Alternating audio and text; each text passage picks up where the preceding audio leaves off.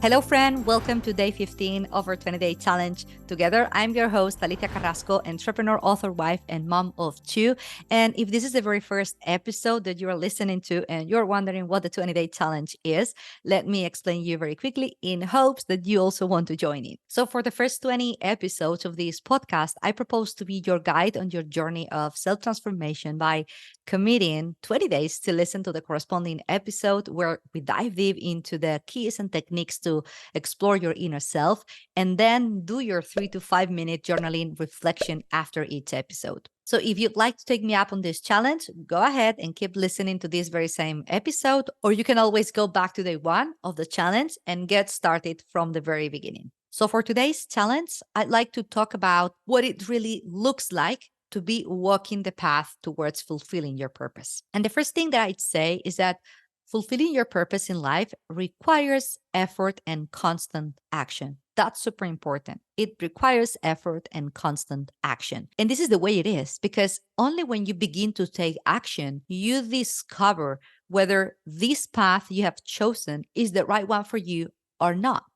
And it is necessary to take disorganized, messy action, and even incorrect steps because they will lead you to where the answers your soul is seeking can be found. Because you cannot fulfill your purpose if you stand still thinking about it and planning and talking about it again and again.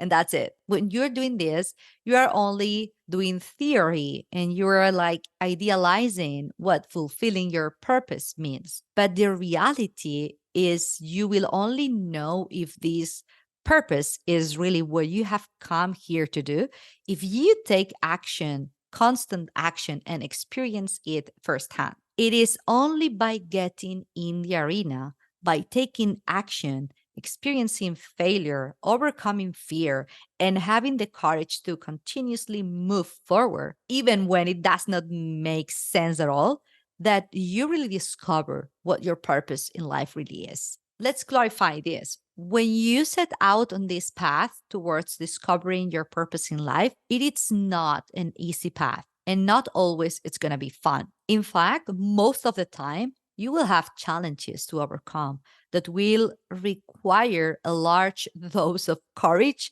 and mental strength and resilience to continue moving forward. It is not so much the final destination, but precisely the path of evolution, an effort which will redefine your purpose and how you're going to achieve it. So, feeling at ease with the discomfort of not really knowing what you're doing at times and going through these times of fights and effort are worth it to really build within you the person that you must be to live and be the expression of your purpose later on. So, the key thing here is that you do not need to know exactly what your purpose is to really start out on this path. In fact, it is more than likely that you do not really know where it is when you start.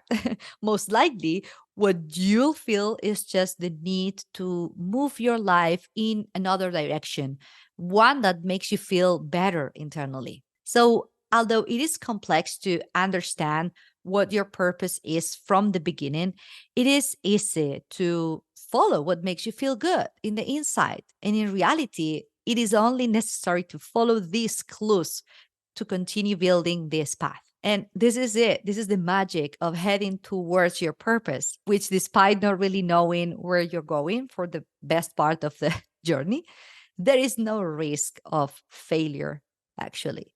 Because if you follow what makes you feel good within you, you are already gradually charting the path that your soul desires without you really realizing it. And as we said at the beginning, there are going to be many times when you start on this path that you will stop to reconsider and evaluate if the form that you are expressing right now, your purpose, is or is not the one that feels right for you. And it's important to understand that this is not something negative. In fact, it is something natural. Just as in life we mature and we grow, our interests change and our tastes change, the same thing is going to happen on your path to self discovery. You might start with the idea of expressing your purpose by creating art, maybe through painting. But maybe after a while, perhaps you begin to feel on the inside that this medium through painting is not the one that really fills you anymore. And you evolve towards maybe sharing your art through words, for example. And this by no way means that this is a failure, but rather it is you evolving and progressing towards finding the medium that best allows you to express your purpose at that specific moment in time. And it is likely that at some point along the path, you have doubts about what your purpose is, or perhaps you did not have a clear idea of what it was at any time. And this is also a natural phase on this journey.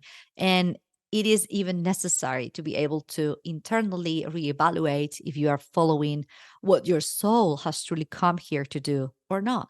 So the key is just to continue moving forward while listening to your inner self, being true to your inner voice, and constantly carrying out the exercise of readjusting and rebalancing what you're doing in life at that moment with what you're feeling internally. And there will be many occasions when perhaps you consider that what you're doing makes no sense whatsoever because it is going to result in, a significant and uncomfortable personal challenge for you. However, if this challenge ahead of you is a necessary step along the path that will later lead you to a period of personal expansion and growth that will bring you even closer to your purpose, then it is a phase during which you will have to fight and find the courage within you to really become the expression of your purpose.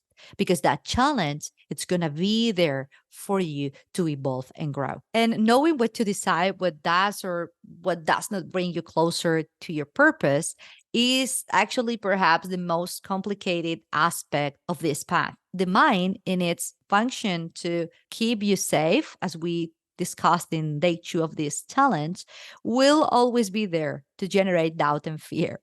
And at these times, learning how to calm the mind through meditation and journaling, it's going to be very important in rebalancing the mind and returning to the root of the path that you are in and why you are doing what you're doing, returning to your big why. And it is within this mental state of calm where you can free yourself from your fears and uncertainties and limitations, that you can once again listen to your soul whispering whether or not you are on the right path. But you have to do this exercise of calming your mind. And for me, a clear signal that I'm doing the right thing, although it is something momentarily difficult, is when for a second I notice a very subtle tickling sensation rising up from my stomach to my chest, which ultimately ends with a sensation of warmth here in my throat. And over time, I have come to understand that when I have that sensation, after I manage to calm my mind and enter a state of physical tranquility, it is that my soul is talking to me and telling me that everything is going to be okay and carry on regardless on how hard or complicated I think it is at that moment. But on the other hand, when I get a very subtle pressure here in my chest, I know that I need to change something or maybe redefine what I'm doing because perhaps it is not completely in line with my soul and my purpose. I'm sharing my personal experience here because achieving this sense of internal balance is going to be different for each person. And on this part of evolution, the big challenge will be those precise moments of difficulties and challenges and knowing when to stop and understanding within you what it is that you are feeling from the bottom of your soul and not your mind. And that is the only way to follow this path by readjusting and constantly rebalancing until this exercise becomes the most important habit of your life. In fact, this continuous exercise of personal awareness is what will help you to gradually show you the path that you must follow and will allow you as well to really become the expression of your purpose day after day. So, in line with this habit of readjusting and constant rebalancing in your life in order to move towards your purpose, I'd like to propose you a journaling reflection that dives into your intuition and your self awareness. So, the reflection exercise for today is this one. Think about a moment in your life when you felt signs or sensations inside you that indicated that you were on the right path or doing something that just felt right.